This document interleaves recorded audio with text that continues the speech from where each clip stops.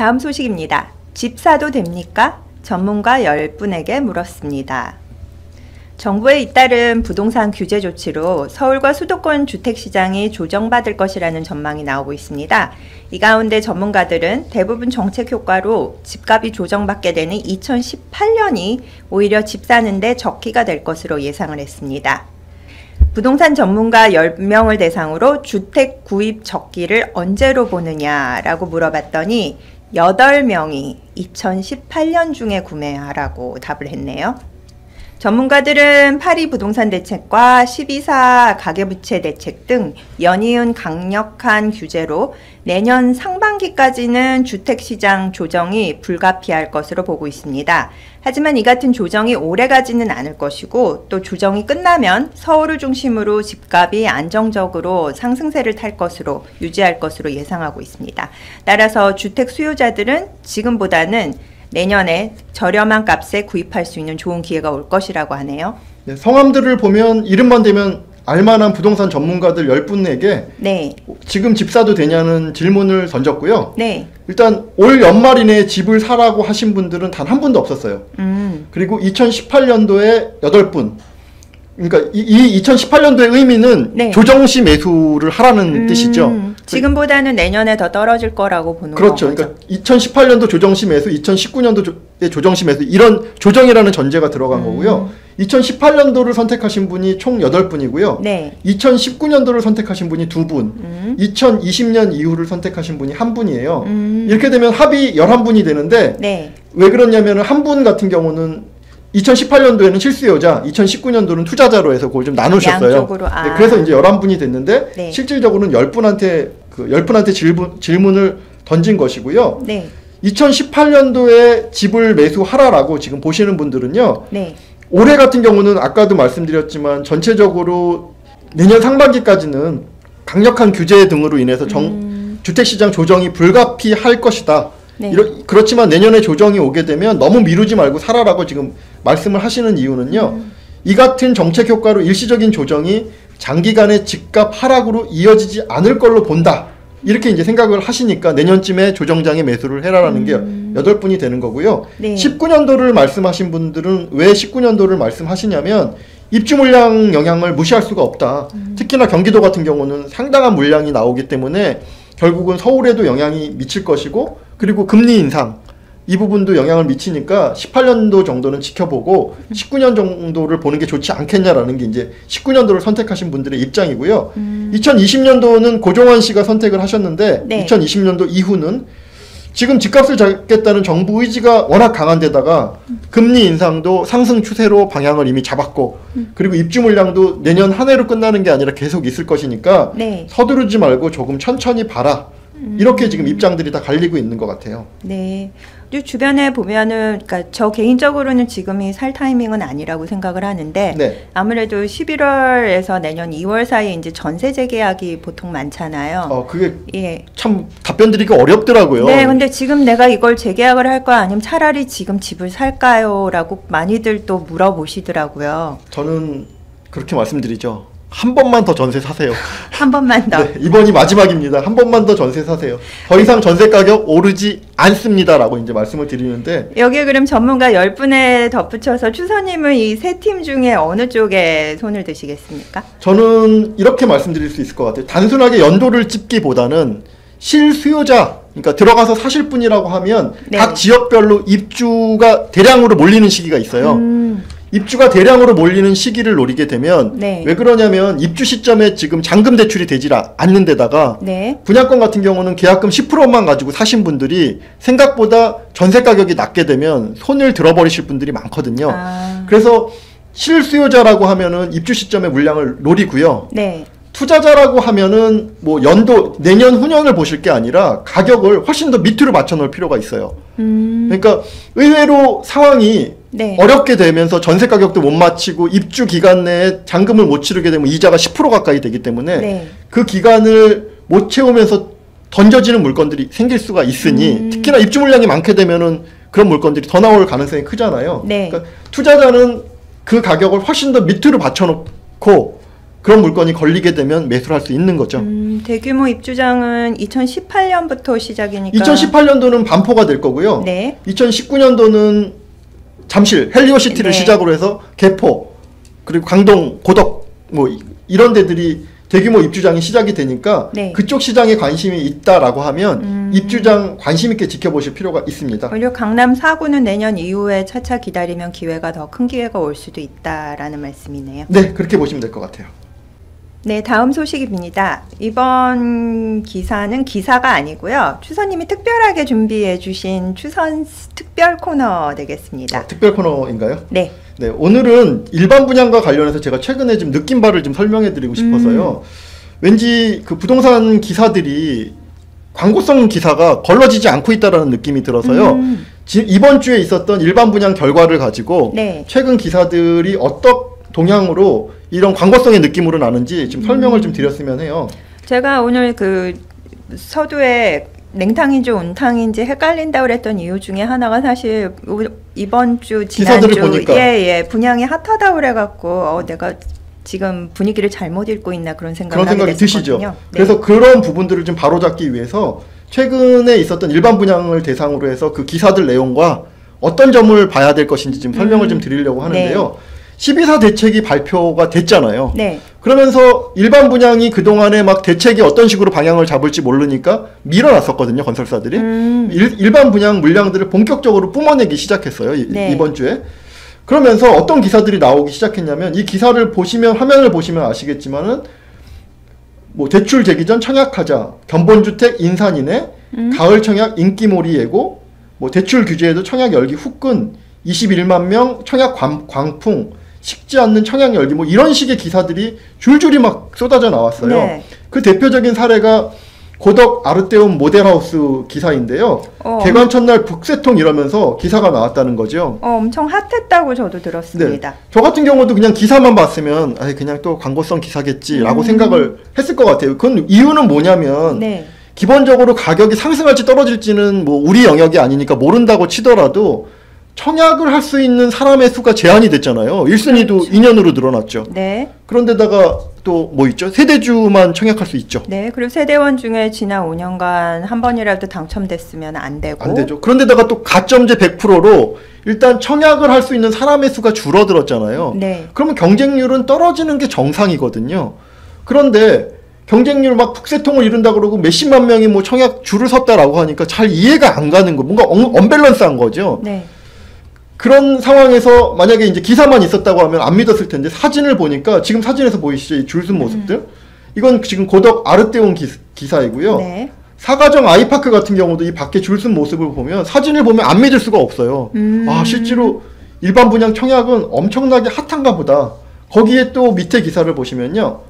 아파트 거래는 60% 급감을 했는데 네. 모델하우스는 수만 명 몰리고 있어. 네, 그 기사도 봤습니다. 문제 없어. 이 한계가만 있는 게 아니라 많은 기사들이 다 이런 유로 이런 톤으로 지금 기사들을 뽑아내고 있죠. 그런데 이 규제 전 청약이라는 말 하나만 좀 보실게요. 네. 규제 전에 청약을 해야지만 뭔가 혜택을 받을 수 있어. 막차를 놓치지 않아야 해라는 홈쇼핑 문구와도 비슷한 이런 기사가 나오는데요. 규제 전 청약이 뭐지라는 생각이 드는 거예요. 그냥 들어보면 뭐 대책 나오고 내년에 뭐 대출 줄인다고 하니까 규제 전에 뭐 청약 받아야 되나 보다라고 이렇게 생각이 드시잖아요. 네. 근데 막상 이거를 확 뒤집어 보면요. 이미 일반 분양을 청약하시는 사람들 입장에서는요. 규제라는 게 뭐였냐면 중도금 대출 60%가 묶이는 게 규제예요. 네. 근데 강남권 대출 안 된 지는 이미 오래됐고요. 네.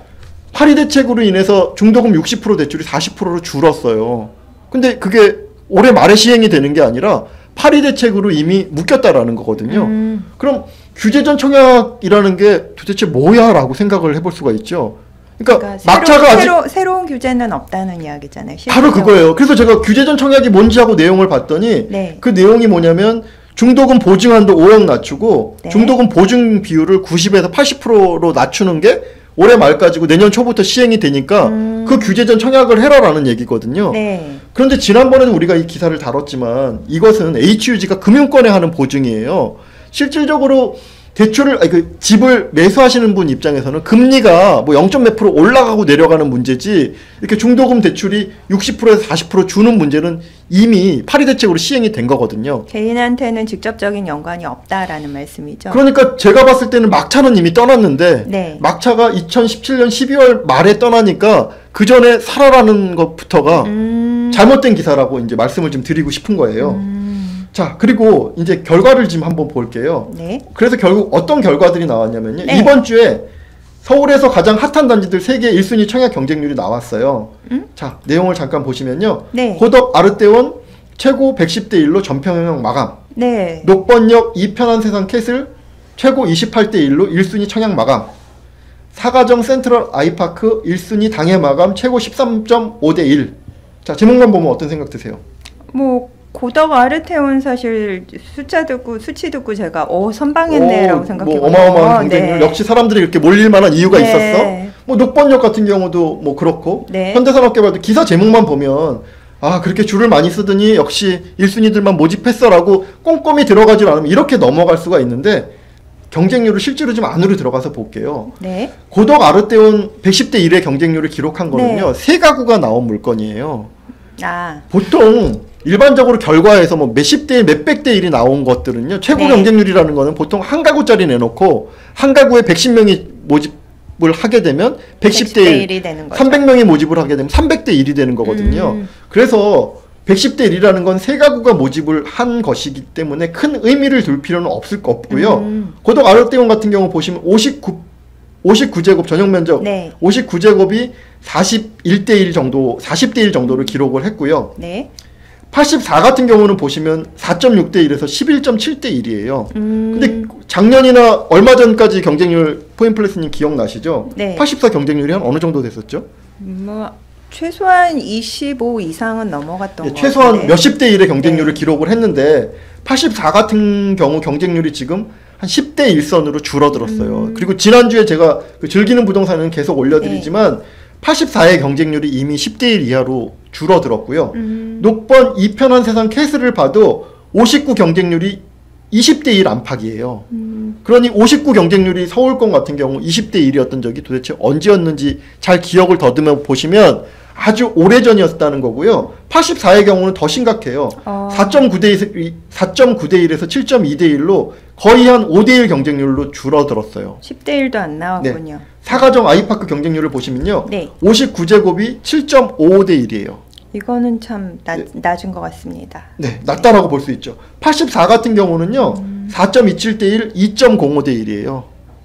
제가 그때도 말씀드렸지만 10대 1 이하의 경쟁률은 거의 미계약 경쟁률로 봐도 무방하다라고 말씀을 드렸잖아요. 그 대표적인 사례로 강남 포레스트, 물론 강남 포레스트는 대출이 안 되기 때문에 청약률이 더 높더라도 더 보수적으로 봐줘야 될 필요는 있지만 223대 1 내지는 전체 평균 40대 1의 경쟁률을 기록했던 강남 포레스트도 네. 미계약이 낮다라는 점을 생각을 해보면 84 경쟁률은 이미 10대 1 이하 그리고 5대 1 이하까지도 이미 떨어져 있다. 이렇게 시장을 보시는 게 네. 보실 필요가 있다. 그래서 신문 내용이나 기사 내용에 너무 후들리거나 또 아까도 말씀드렸지만 그렇게 줄 쓴 모습을 보면서 길 잃은 양들이 또 얼마나 청약을 했겠어요. 여기까지 이번 주에 있었던 그 네. 경쟁률을 일반 분양에 대한 경쟁률을 좀 말씀드렸는데요. 부동산 기사들은 대부분 광고적인 목적이 상당히 많이 있어요. 네. 그래서 그런 부분들을 잘 가려서 지금 시장은 아주 냉정하게 보실 필요가 있다. 저는 이 점을 좀 이번 코너에서 꼭 말씀드리고 싶어서 특별하게 준비를 좀 했습니다. 네, 감사합니다. 다음 소식입니다. 강남 15억 아파트를 부부 공동 명의로 하면 세금 혜택은 얼마일까요? 최근 부부가 공동 명의로 부동산을 취득하는 사례가 늘고 있는데요. 집을 살 때 처음부터 공동 명의로 등록하면 단독 명의와 비교해 보유세나 양도소득세 등의 절세 효과가 쏠쏠하다고 합니다. 공동 명의에 대해서 궁금한 점을 문답식으로 풀어봤습니다. 자, 추선님, 네. 공동 명의로 하면 그럼 보유세가 실제로 얼마 정도 줄까요? 일단은 보유세 같은 경우는 가격마다 다 다르니까 샘플이 하나 있어야 될 것 같아요. 일단 어느 정도 고가 주택이어야지. 네, 그렇죠. 그래서 서울 강남구에 15억짜리 아파트 네. 1주택을 보유하고 있고요. 네. 5년 전에 10억 원에 취득한 물건을 대상으로 한번 말씀을 드리려고 해요. 5년 동안 5억이나 올랐단 말입니까? 뭐 최근에 보면은 부럽습니다. 다 이 정도는 오르니까. 네네. 자, 보유세 같은 경우는 재산세는 단독 명의이든 공동 명의이든 같아요. 그래서 네. 상관이 없고요. 네. 단지 보유세 같은 경우 종부세가 있잖아요. 네. 종부세 같은 경우는 공동 명의일 때는 안 나오고요. 단독 명의일 때는 한 60만 원 정도가 매년 부과가 돼요. 9억 이상으로 해당되기 때문에 그렇죠. 그런 거죠? 예. 그렇기 때문에 보유세 같은 경우는 단독 명의일 때 매년 60만 원 정도가 늘어나게 되는 그런 효과가 있죠. 네. 이 집을 팔 때는 양도소득세를 또 내야 되는데 이건 어떻게 되나요? 지금 아까 말씀드린 사례의 경우를 보면요. 네. 단독 명의일 때는 세금이 약 한 2,885만 원, 공동 명의일 때는 1,888만 원으로요. 세금이 대략 한 950만 원 정도가 줄어드는 효과가 있어요. 거의 1,000만 원을 세이브할 수 있네요. 그렇죠. 예. 줄어드는 이유는 뭐냐면 네. 그 양도소득 기본 공제가 1년에 각 한 사람한테 250만 원씩 이건 적용돼 개인당이니까. 있고. 그렇죠. 개인당으로 하니까. 그리고 누진세율에 의한 가세 표준이 낮아지죠. 그러니까 1인당 아무래도 1,000만 원 수익이라도 양쪽으로 500만 원씩 나누게 되면 네. 그 세금이 적어지게 되죠. 그래서 10억짜리 아파트를 15억에 5년 만에 팔았을 때 네. 대략 한 950만 원 정도 공동 명의를 하게 되면 세이브되는 그런 효과가 있습니다.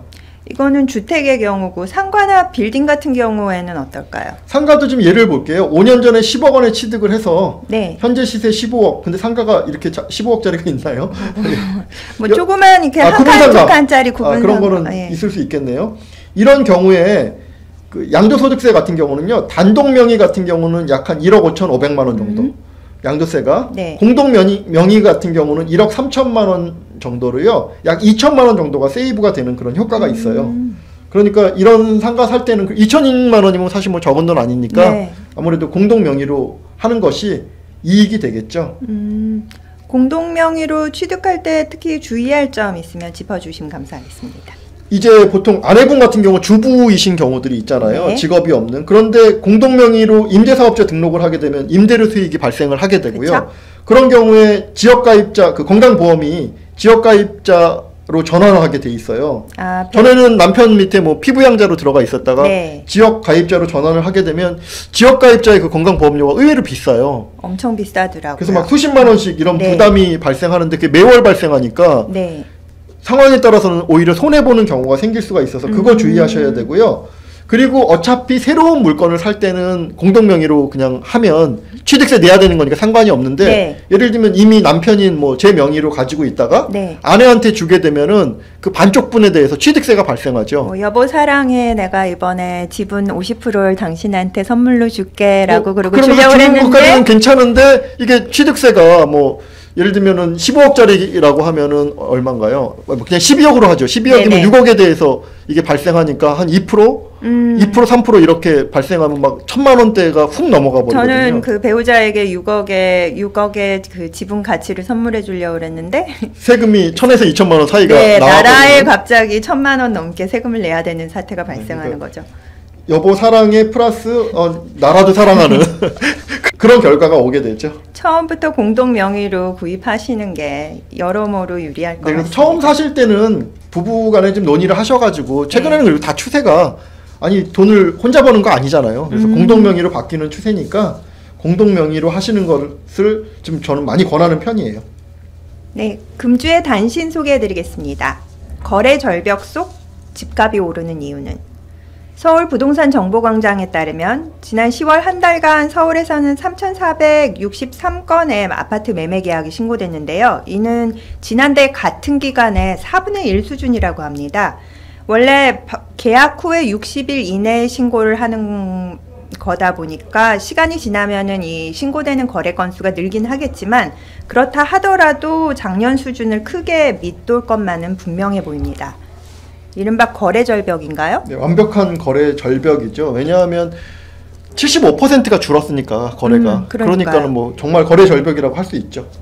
그런데 그럼에도 불구하고 아파트 값은 계속 올랐거든요. 네. 그게 어떻게 된 건가요? 실제로 집값이 올랐죠. 올랐지만 이제 어떤 것들을 보시게 되면요.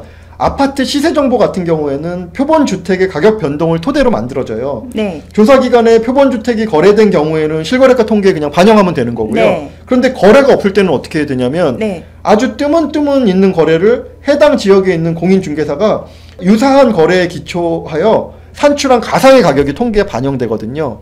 그러니까 거래가 많을 때는 그걸 진짜 시세로 믿어도 되지만 네. 거래가 완벽하게 줄어드는 상황에서 한 개가 툭 거래된 거를 갖다가 이거를 시세로 믿기에는 조금 위험스러운 게 있는 거죠. 근데 그런 가상의 거래 가격이 통계에 반영되기 때문에 그 통계를 왜곡시킬 그런 가능성이 있는 것이고요. 네. 특히나 이런 것들은 거래가 적으면 적을수록 더 시장의 어떤 매매 가격을 왜곡시킬 소지가 있죠. 그래서 거래가 너무 적은 경우에는 상승이나 하락에 대해서 뭐 조정도 마찬가지예요. 너무 큰 의미를 두지 않을 필요가 있다. 시세를 크게 참고하는 게 별로 의미가 없을 수도 있겠습니다. 아니요, 그러니까 큰 폭의 변동이라고 하면 그건 참고의 가치가 있지만 뭐 0.0매, 0.0매 상승, 0.0매 조정 이런 것들은 거래가 적은 상황에서는 그렇게 큰 의미를 둘 필요는 없다. 이렇게 말씀드릴 수 있을 것 같아요. 네. 다음 소식입니다. 반포 DH 3호가 든 3차 내년 상반기 출격까지. 너무 오랜만에 나와서 네. 출격이란 말을 좀 써주고 싶어요. 그 현대건설의 프리미엄 브랜드죠. DH의 두 번째 사업장인 3호가 든 3차가 내년 상반기에 분양한다는 소식입니다. 이거 원래 3호가 든 3차가 DH의 첫 번째 사업장이 됐어야 됐는데 개포에서 첫 번째 사업장을 가지고 갔었죠. 너무 오래 걸렸어요. 그리고 네. 그 관리 처분인가 그 시점부터 시간이 벌써 한 1년, 2년 이상을 제일 빨리 진행되다가 어느 순간에 갑자기 뒤로 훅 물러났던 기억이 있습니다. 시간을 한 2년 이상 지금 시간을 까먹고 있거든요. 네. DH 브랜드이고 여기 같은 경우는 올 초에 관리 처분 인가를 마쳤어요. 네. 그러니까는 뭐 재건축 초과이익 환수제 피했죠. 네. 그리고 분양가 상한제도 다 피했죠. 근데 그래서 여기는 선분양 된다고 보셔야 되고요. 근데 그거는 너무나 당연했던 거라. 당연했죠. 네, 당연했지만 당연했는데 사실 오래 걸린 거죠. 그래서 어찌됐건 지금이라도 이렇게 나올 수 있어서 다행이고 그래도 선분양 될 수 있어서 조합원들한테 훨씬 더 이익이 되실 거라고 생각해요. 네. 다음 서울 아파트 전세가율 70% 붕괴 코앞. 갭 투자 위기. 서울 아파트 전세가율이 지금 도표에서 보시는 것처럼요. 2016년 5월 이후에 계속 내리막길을 걷고 있어요. 전세가율이 내린다는 건 두 가지 측면이 있겠죠. 전세가격은 그대로인데 매매가격이 올라가도 전세가율이 낮아질 것이고요. 또 실질적으로 매매가격이 그대로 있는데 전세가격이 낮아지면 또 전세가율이 낮아지겠죠. 지금은 두 가지의 효과가 다 적용되고 있다. 오히려 전세가 하락은 그렇게 크지 않았는데 이 표 같은 경우도 지금 보시면은 무려 한 1년 4개월, 5개월 이상을 계속 하락하고 있잖아요. 네, 그렇게 보이는데 실제로 주변에서 피부에 느낄 만한 거는 없죠. 전세가가 떨어졌다는 이야기는 제가 들은 적이 없거든요. 그런데 제가 계속해서 말씀드리지만 이제 전세 가격 오르는 부분에 대해서 별로 고민하지 않으셔도 되는 시기가 왔다. 그리고 아까도 질문하셨지만 뭐 11월에서 내년 2월까지 만기가 돌아오는데 어떻게 해요? 라고 하면 한 번 더 전세를 사시는 게 좋겠다라고 말씀드리는 이유도 이런 근거가 있어요. 그러니까 앞으로 돌아오는 전세는 과거에는 막 2년 만에 1억, 2억씩 올려주려면 스트레스를 받았지만 이제 더 이상 그런 일은 없을 것이다라고 제가 가감하게 말씀드릴 수 있을 것 같거든요. 네네. 그리고 이제 전세가율이 낮아지게 되면 누구한테 문제가 생기냐면 누굴까요? 집주인 다주택자들. 여러 채를 갖고 있는 집주인. 한 개 갖고 계신 분들도 문제가 생길 수가 있겠지만 여러 채를 갖고 계신 분들은 그동안은 전세 가격이 계속 오르니까 집을 많이 보유해도 오히려 막 돈이 거치는 듯한 느낌이죠. 그렇죠. 그런데 앞으로는 전세 가율이 이렇게 낮아지는 상황에서는 만약에 여러 채 갖고 있는데 이 집에서 얼마 토해내라, 저 집에서 얼마 토해내라 이렇게 되면 다주택자 같은 경우는 못 버틸 가능성이 크고요. 실제로 지난달 24일 가계부채 종합대책을 정부에서 내놓으면서 다주택자로 인한 갭 투자는 바람직하지 않다라면서 현재 정부가 부동산 시장을 보는 인식을 갖다가 거듭 확인했었거든요. 정부 입장에서는 언제나 애매한 스탠스를 취하잖아요. 이도 아니고 저도 아닌 애매한 스탠스를 취하는데 바람직하지 않다라는 정도를 정부에서 공식 입장으로 내놨다라고 하면은 이제 정말 다주택자를 가지신 분들은 전세가율 하락 이 기사를 좀 심도 있게 보실 필요가 있을 것 같아요. 마지막 동부건설 반포 현대 재건축 시공권 수주. 이거 놀라운 소식이었습니다. 네, 저도 어저께 기사 보고 깜짝 놀랐어요. 동부건설이 그 서초구 반포 현대아파트 재건축 사업의 시공사로 낙점됐다고 합니다. 전체 조합원이 80명이고요. 66명이 모이셔서 82%의 높은 참여율을 기록했다라고 하고 66분 중에 63명이 동부건설을 지지하셨다라고 하네요. 여기가 그러니까 위치가 나쁘진 않은데 워낙 작은 단지라서 계속 그 시공사가 나서지 않아서 저희가 언젠가 소개해드린 적 있는 것 같은데. 입찰이 3번 유찰이 됐고, 네. 그래서 수의계약 방식으로 하나를 지정해서 네. 지지하냐 마냐로 선정을 했으니까 뭐 거의 되는 거였죠. 지난번에도 우리 말씀드렸지만 여기 누가 될지 너무 궁금해. 네. 이런 말씀을 드렸는데 결국 동부가 하이엔드 브랜드를 뭐 새로운 브랜드를 만든다라고 네, 하네요. 센트레빌로 들어오는 게 아니라고 합니다. 무슨 브랜드를 창안할지는 모르겠는데 새 고급 브랜드를 만들어서 그 프리미엄 브랜드로 지어주겠다고 하네요. 어찌됐건 반포권에서는 현재 1군 브랜드들만 뭐 발을 내딛다가 네. 다음 브랜드 2군 정도의 브랜드 2군은 이제 제가 말씀드린 2군은 뭐 동부 2군이라고 그러면 굉장히 기분 나쁘실 것 동부건설에서 같은데요. 그럴 것 같은데. 제가 말씀드린 2군은 반포권 같이 이제 3, 4개 브랜드만 들어오다가 네. 다음 군이라는 뜻이니까 너무 기분 나빠지지 마시고요. 네. 다음 브랜드가 누가 들어올지 봤는데 결국은 동부가 반포에 일단 깃발을 꽂았다는 의미가 있다. 이렇게 말씀드릴 수 있을 것 같아요. 동부급은 돼야지 그래도 반포에 깃발을 꽂을 수가 있네요. 진짜 생각해보니까 굉장히 죄송스러운 말이네요. 네, 동부한테 네. 2군이라고 이렇게 표현을 하다니. 저 이런 건방진 것. 자, 포인플렉스님 오늘 네. 하루도 한 주간 부동산 기사를 마쳤는데 어떤 내용이 제일 좀 기억에 남으세요?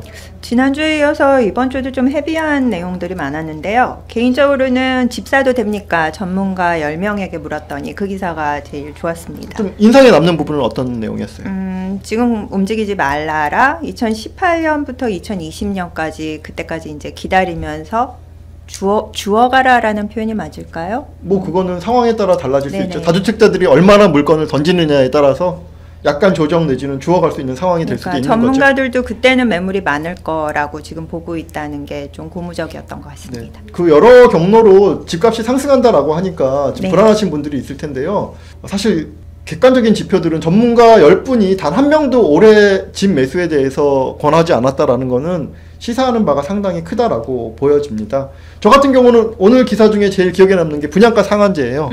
과연 서울이 적용될 것이냐 말 것이냐. 아, 그렇죠. 한 달 차이로 이게 되냐 안 되냐가 너무 좀 갈리니까요. 어처구니 없기도 해요. 좀 잘못 규제를 그러니까 기준을 잘못 잡은 게 아닌가 뭐 아니 한 달 사이로 그렇게 전체가 들어가고 말고 하는 그 기준이 그렇죠. 과연 뭐 고개가 좀 갸우뚱해지기도 하거든요. 근데 뭐 다음 주쯤에 뭐 10월 11월 초 오니까 그 곧 발표한다라고 하니까 서울이 과연 들어갈지 안 들어갈지 궁금하기도 하네요. 코에 걸면 코걸이, 귀에 걸면 귀걸이니까 정부에서 사실 원하는 거는 상한제 부활 아니겠습니까? 제가 보기에는 원하고 있죠. 강력하게. 부활되는 쪽으로 이렇게 거리를 선택하지 않을까 뭐 그런 생각도 개인적으로 듭니다. 네, 한 주간 기사 마치고요. 다음 주에는 더 좋은 모습으로 찾아뵙도록 하겠습니다.